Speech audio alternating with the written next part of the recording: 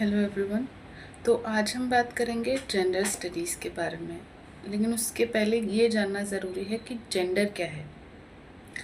Gender एक social cultural construct है, एक सामाजिक सांस्कृतिक संरचना है जिसमें समाज ने पहले से ये निर्धारित कर दिया है कि एक महिला और पुरुष होने के नाते उनकी क्या क्या भूमिकाएं हैं। बेसिकली जेंडर रोल्स क्या क्या हैं कि एक महिला है तो उसे स्वभाव से दयालु, कोमल और विनम्र होना चाहिए, और एक पुरुष है तो उसे अपेक्षाकृत कम भावुक होना चाहिए, मजबूत होना चाहिए।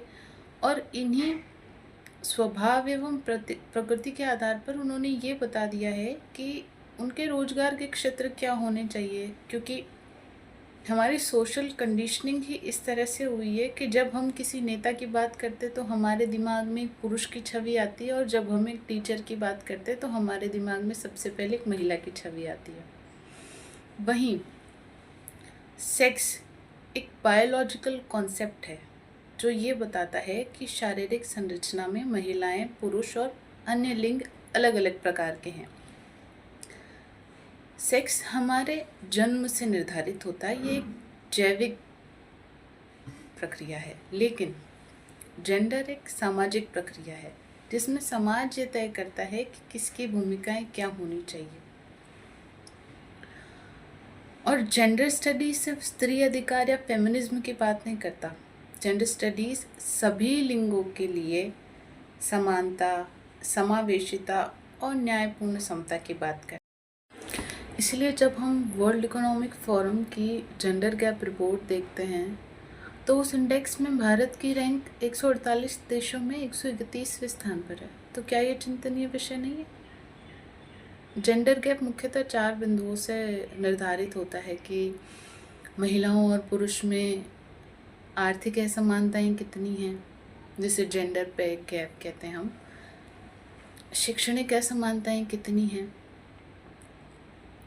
और स्वास्थ्य के क्षेत्र में असमानता कितनी है। और इसके अलावा चौथा बिंदु हो जाता है कि राजनीतिक क्षेत्र में प्रतिनिधित्व कितना है।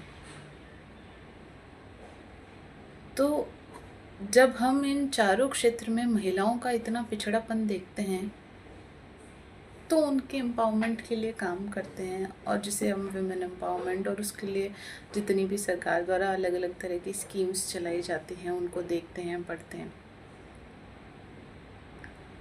लेकिन उन सब का क्रियान्वयन हो, हमारी रैंक बढ़े, उसके लिए ये भी तो ज़रूरी है ना कि हम धरातल पे सोचें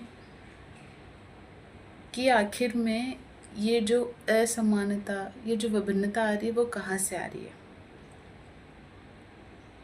हम हमारे मन से, हमारे दिमाग से जब इस गैप को मिटाने के लिए सोचेंगे, और ये जो जेंडर रोल्स हमारे लिए सोसाइटी ने डिसाइड कर दिए हैं, इनको मिटाकर हम अपने कंफर्ट जोन और अपनी प्रोग्रेस के बारे में सोचेंगे और उसके लिए काम करेंगे, तब तो हम जाकर के जेंडर स्टडीज़ को जस्टिफाई कर पाएंगे।